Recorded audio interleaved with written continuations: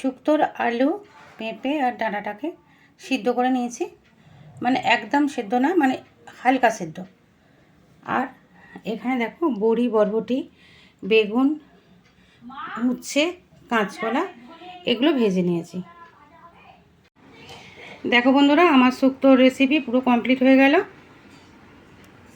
খালি তোমাদেরকে আমি রান্নাটাই দেখাতে পারছি না, এটাই আমার খুব খারাপ লাগছে যে আমি কিভাবে রান্নাটা করছি সেটা দেখাতে পারছি না।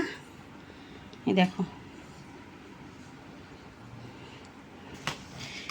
যা বলছি তো, আমি তো একদমই পাচ্ছি না ভিডিও করতে। তাও এখনও বুঝে উঠতে পারছি না, বারবার ভুলে যাচ্ছি কোনটার পর কোনটা। ছেলেটাকে বলছি বা বাড়িতে কেউ থাকলে তাকে বলছি যে, মানে মেয়েটা থাকলে ওদেরকে বলছি একটুখানি দেখিয়ে দিতে এটার পর কোনটা করব।